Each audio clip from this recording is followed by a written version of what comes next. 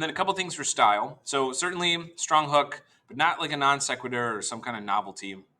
Some of you guys might be thinking like I need to completely rethink how I approach just the essay. It needs to be a letter. It needs to have some kind of like some kind of novel device to make it interesting. Don't let the novelty get in the way of the substance. Always let the substance of your essay speak for itself. Again, keep your audience in mind in the language that you use and in cutting back on unnecessary details. You have to be in the driver's seat of this piece. So active words about yourself. What have you done? What are the kind of vocab words, the active words, the verbs that show who you are and what you have done? That needs to take precedence. Some of you guys are writing about yourself a little bit too much in the passenger seat. This is a decision an adult has made or somebody in my life has made that has affected me, and I'm just reacting. And that's not what this essay should be. This essay should be you're driving the train. So again, that might eliminate a couple topics for you. It might be hard to talk about moving, a parent's, a divorce in the family, the loss of a loved one. It might be hard to talk about those topics with you in the driver's seat.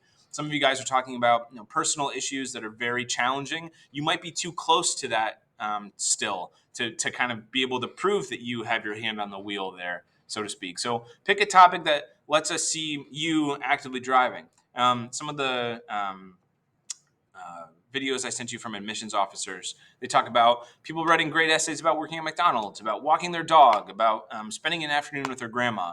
The topic is not anywhere near as important as you think. And I know in your mind you're thinking, I need to have some awesome story that no one's ever heard before. And the truth is, you do. You have your story.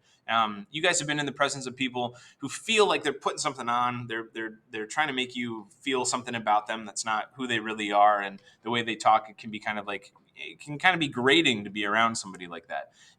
You've also been in the presence of people that are just confident about what they're good at. They kind of know who they are, they know what they're about, and that feels like safe and comforting.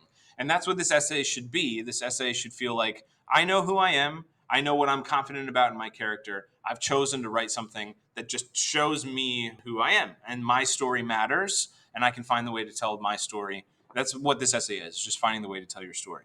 I would encourage you as well to really try to avoid cliches. There's a couple here that I struggle with, for lack of a better word. I don't like the phrase "little did I know," but you can just imagine that college admissions officers probably see a handful of just regularly repeated phrases that can get kind of laborious after a while. So try to avoid bumper sticker future goals. Try to avoid unnecessary hyperbole. I'll say about unnecessary hyperbole. Hyperbole, of course, is just making something seem more important than it is.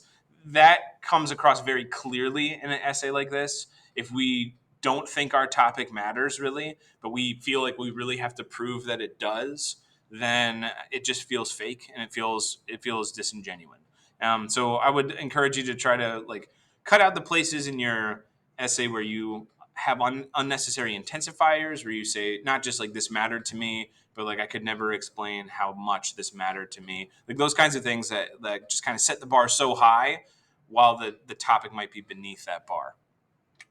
So a couple ways that you can revise that. Absolutely be yourself, but again, put your best foot forward. You should present yourself in a casual enough way that there's personality in this essay, but in still a professional space that is in keeping with the fact that you're writing to a college. There's a sentence diagnostic that I think might be helpful for some of us if we start to feel like our writing's getting a little too rote or formulaic. This just asks you to look you can look at the entire essay and say, what are the first words I use in the sentence? You might find, man, I start with articles like all the time. It's always the, or it's always a or an, or I always start with like a pronoun. It's always I. And I need to think about like a different way to kind of begin my sentences. And then to also ask the number of words in each sentence. And you might be like, okay, I just wrote like a really long sentence. There's like 35 words in that sentence. And then the next one had like 25 words. Maybe I want to think about a different rhythm. I have like a really long sentence. It's like 35-word, beautiful descriptive language sentence. And then I have just a punchy like 3-word sentence to change up the rhythm and kind of keep this flowing. It's like a relief. It's a relief to get to that place. And I say that as somebody who has read hundreds of college essays. It's really nice to get to somebody who feels like they're handling the language well. And that is something that all of you can do. So even if your topic is is not like the most explosive one. Even if you're struggling to kind of articulate something about your character, you can get into the language and try to do some fun things with rhythm and length and sentence openers and try to like be a little bit more creative in the structure of the style itself.